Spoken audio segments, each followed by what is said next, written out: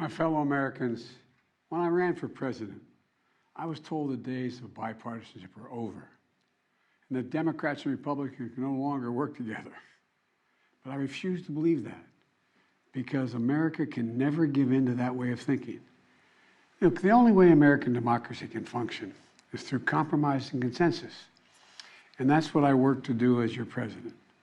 You know, to forge bipartisan agreement where it's possible and where it's needed. I've signed more than 350 bipartisan laws thus far in almost 2.5 years, including an historic law that rebuilding America so that we can rank #1 in the world in infrastructure instead of where we rank now number 13 in the world. Another historic law, rebuilding our manufacturing base so that we'll lead the world once again in making semiconductor chips, so much more and so many more sophisticated ones. And now, a bipartisan budget agreement. This is vital because it's essential to the progress we've made over the last few years is keeping full faith and credit of the United States of America and passing a budget that continues to grow our economy and reflects our values as a nation.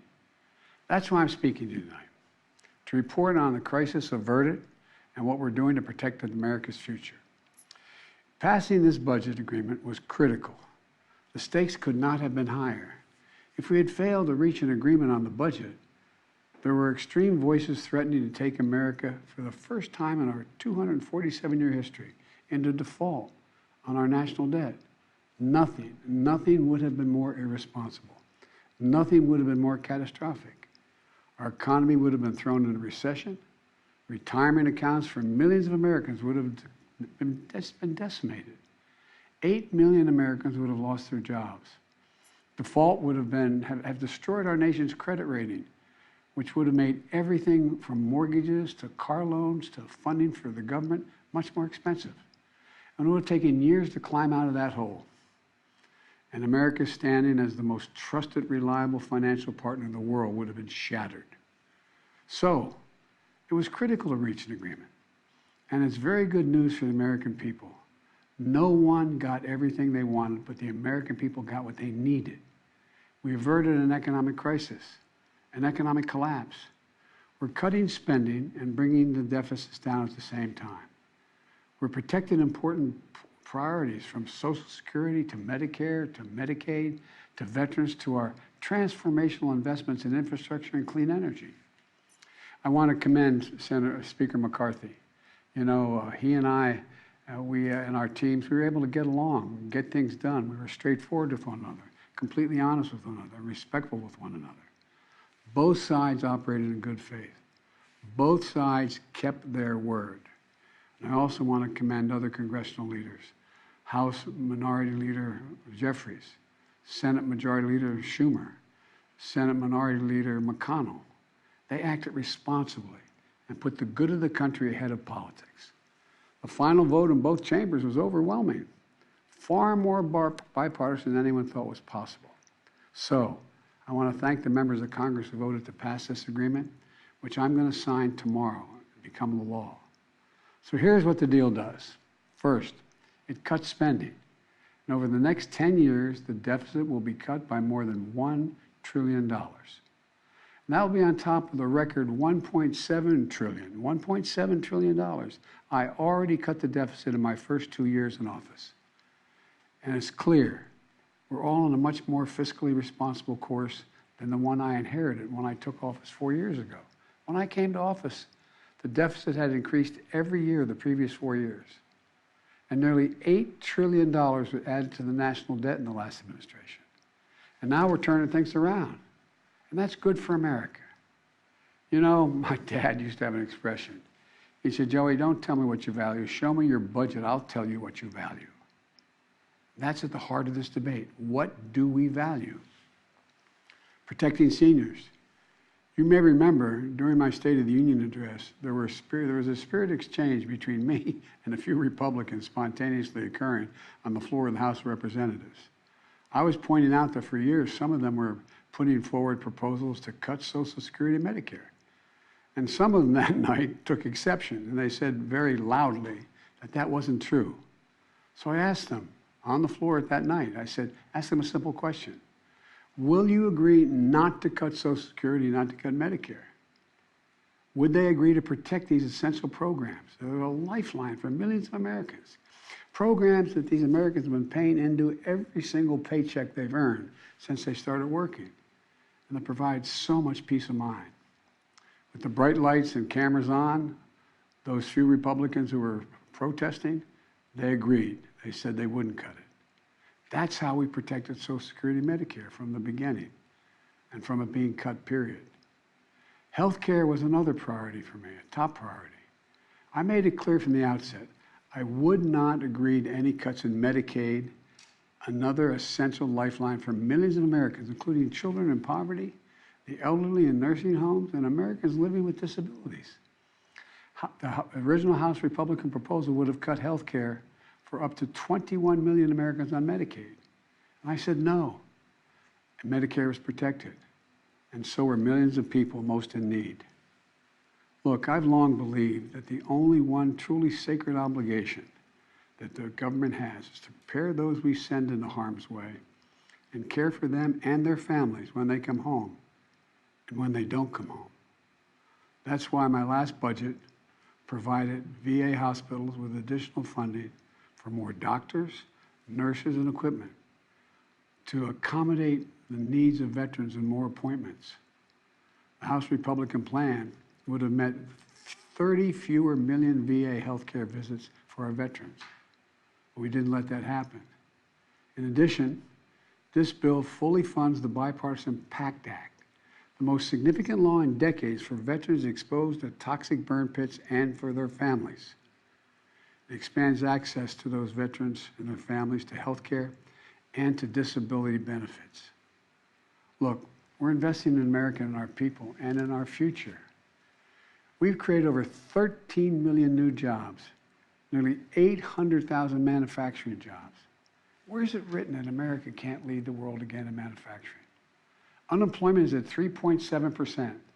More Americans are working today than ever in the history of this country. And inflation has dropped 10 straight months in a row. In this debate, I refuse to put what was responsible for all this economic progress on the chopping block. This bipartisan agreement protects the law that will help us build the best infrastructure in the world. It fully protects the CHIPS and Science Act, which is going to bring key parts of our supply chain to America, so we don't have to rely on others, like semiconductors, those tiny computer chips smaller than the tip of your finger that affect nearly everything we rely on, from cell phones to building automobiles to the most sophisticated weapon systems and so much more. We protected another law that I passed and signed last year that finally beat Big Pharma, which I've been trying to do for over 30 years. It finally gives Medicare the power to negotiate lower drug prices, just like the VA has been able to do for veterans. This law has already dramatically cut the cost of insulin for seniors, from as much as $400 a month to just $35 a month for insulin. Negotiating lower drug prices not only saves seniors a lot of money, it saves the country a lot of money. $160 billion that's not having to be paid out because drug prices are more rational. We pay the highest drug prices of any industrial nation in the world, and it's just the beginning.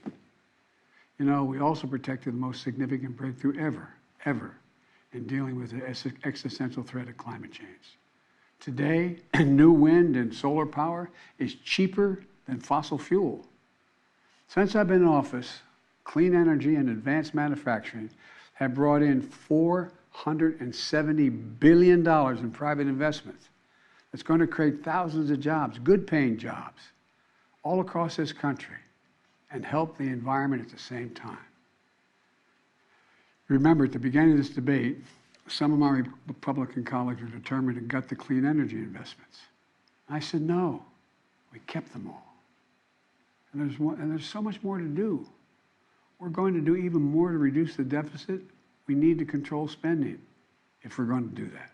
But we also have to raise revenue and go after tax cheats and make sure everybody's paying their fair share.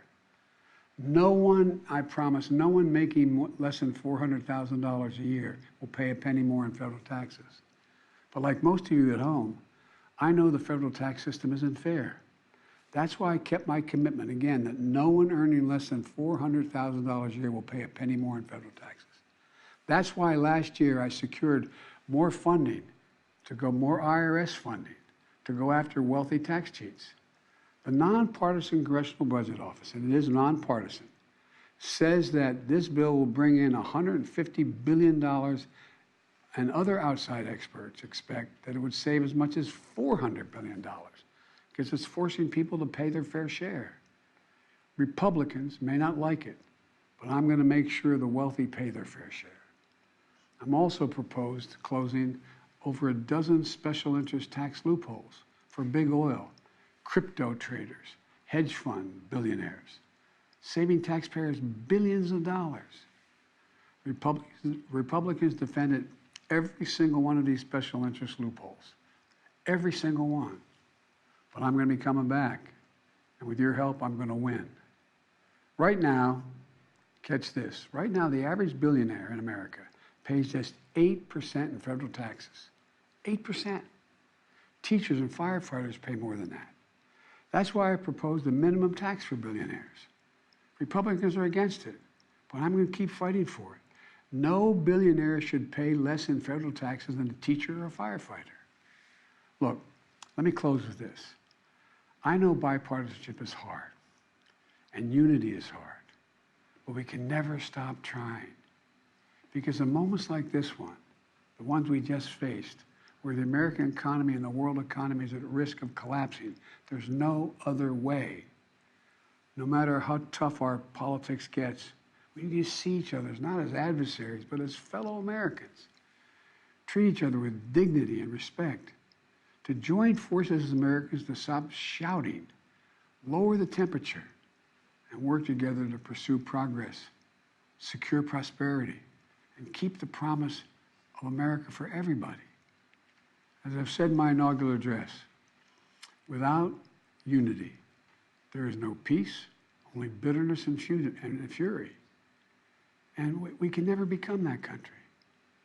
I can honestly say to you tonight that I've never been more optimistic about America's future. We just need to remember who we are. We are the United States of America. And there's nothing we can't do when we do it together. So thank you all for listening, taking the time tonight to listen to me. May God bless you all, and may God protect our troops. Thank you.